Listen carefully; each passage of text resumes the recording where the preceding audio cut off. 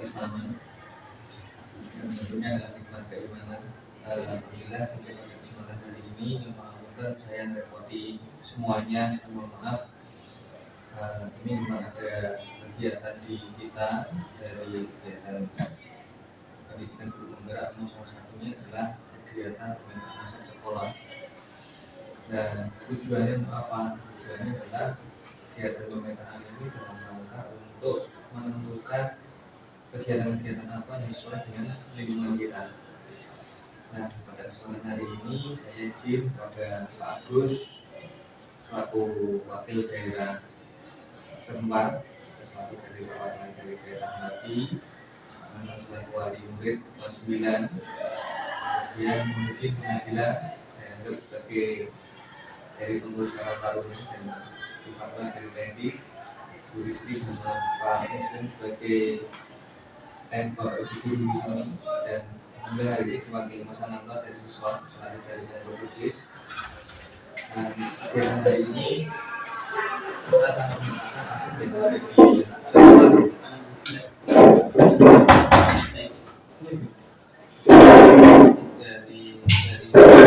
yang melibatkan sekolah. Jadi aset apa saja yang ada di sekolah, aset itu apa saja, dari sini aja disampaikan secara singkat. Kalian Pak Agus mohon izin nanti waktunya yang mudah-mudahan kita sekitar 20 sampai 25 menit bisa kita selesai. Untuk itu biar lebih cepat dan lebih menimbang waktu, mungkin Pak Agus silakan bisa disampaikan aset pemetaan aset itu yang seperti apa, aset sekolah itu apa saja. Untuk Pak Agus bisa disampaikan.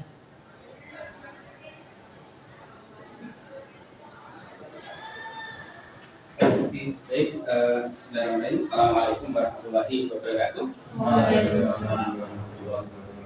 Yang saya hormati Kepala Sekolah SMP Insan Demikian Bapak Rahmat Afianto, kemudian Pak Agus sebagai tokoh masyarakat, kemudian Pak Anam selaku wali murid, kemudian Bapak Ibu guru sebagai guru maupun anak pelaku murid. Pada kesempatan kali ini saya akan presentasikan atau memaparkan tentang pemetaan aset sekolah. Jadi dari kami dari guru penggerak, saya dari guru penggerak Kelurahan 7 Kabupaten Sukoharjo yang saat ini mendapatkan tugas dari program ini untuk melaksanakan sebuah diskusi, di mana diskusi ini akan mengangkat tema bagaimana kita mengenali aset sekolah, sekaligus nanti kita akan memetakan aset sekolah mana yang bisa kita fungsikan, yang nantinya aset sekolah itu bisa mendukung keberlangsungan pendidikan di sekolah tersebut. Nah, aset itu meliputi apa saja, yang di sekolah itu meliputi apa saja, kemudian yang kurang apa, yang sudah ada apa, yang belum termanfaatkan apa, dan yang bisa dimanfaatkan untuk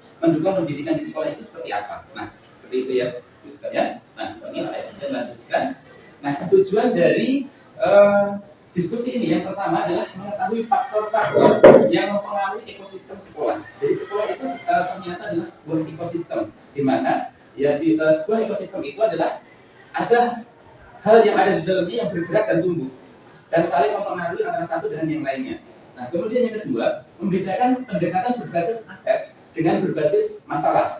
Nah, ini yang mungkin belum kita kenali, namun sebenarnya dalam keseharian kita sudah sering bersinggungan dengan ini.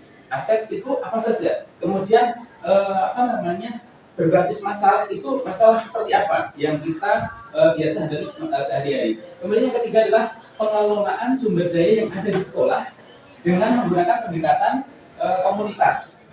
Nah, komunitas ini berbasisnya tetap aset ya, karena komunitas itu berarti ada orang-orang di dalam suatu lembaga yang dimana orang-orang itu mempunyai background yang berbeda, keahlian yang berbeda, tetapi saling bersinergi. Nah, itu adalah sebuah komunitas. Kemudian yang terakhir adalah membedakan 7 aset utama yang dimiliki lingkungan sekolahnya. Nah, sekolah itu berdiri tidak di tempat yang terasing, tapi dia berdiri di dalam sebuah masyarakat, di dalam lingkungan tertentu, sehingga sekolah itu mau tidak mau akan terpengaruh oleh lingkungan sekitarnya. Nah, begitu juga dengan lingkungan sekitar bisa kita manfaatkan untuk mendukung keberhasilan dari sebuah pendidikan di sekolah tersebut. Nah, seperti itu kurang lebih itu. Nah, sekarang kita bahas yang pertama adalah ekosistem sekolah. Apa ini ekosistem sekolah?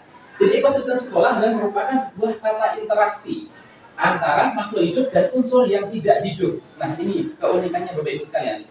Ekosistem itu terdiri dari dua hal, antara hidup kemudian yang tidak hidup, dan dalam sebuah lingkungan, sehingga ekosistem ini akan mencirikan suatu pola hubungan yang saling menunjang pada sebuah teritorial atau lingkungan tertentu. Dalam hal ini adalah lingkungan sekolah. Nah, ini Bapak Ibu sekalian, di sekolah ini itu harus saling bersinergi antara komponen yang hidup dengan komponen yang tidak hidup.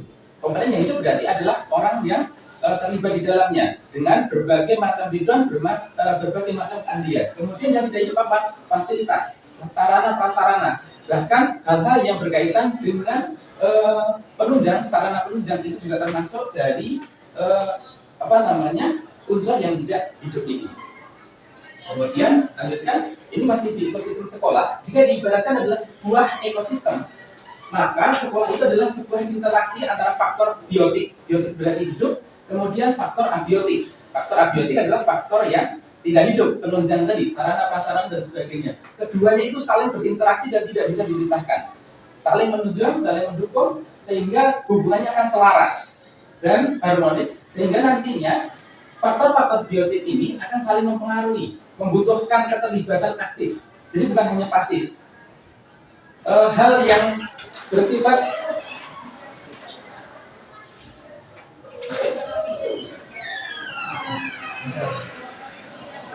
saya lanjutkan ya.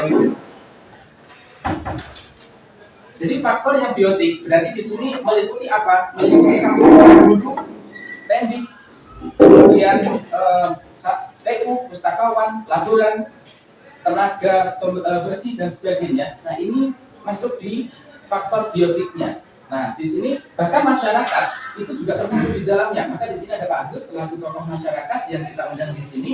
Karena apa? Kita tidak bisa berdiri sendiri. Sekolah itu walaupun berdiri di satu tempat tertentu, tetapi kehadirannya itu juga dipengaruhi atau didukung oleh lingkungan sekitarnya. Kemudian dinas terkait pasti kita bernaung di bawah dinas. Kemudian pemerintah daerah. Nah, ini juga naungan kita. Itu ya, bagus kan? Nah, kemudian faktor abiotik, faktor yang pendukung. Jadi faktor ini harus ada dan mutlak harus dipenuhi. Sebuah sekolah ada guru, ada murid, kemudian berjalannya sebuah pembelajaran tidak didukung dengan sarana prasarana yang ada, keuangan yang ada, lingkungan alam yang mendukung, maka proses pendidikan tidak akan bisa berjalan secara maksimal. Nah, inilah maka faktor abiotik dan faktor biotik itu adalah dua kesatuan yang tidak bisa dipisahkan. Jadi harus saling mendukung.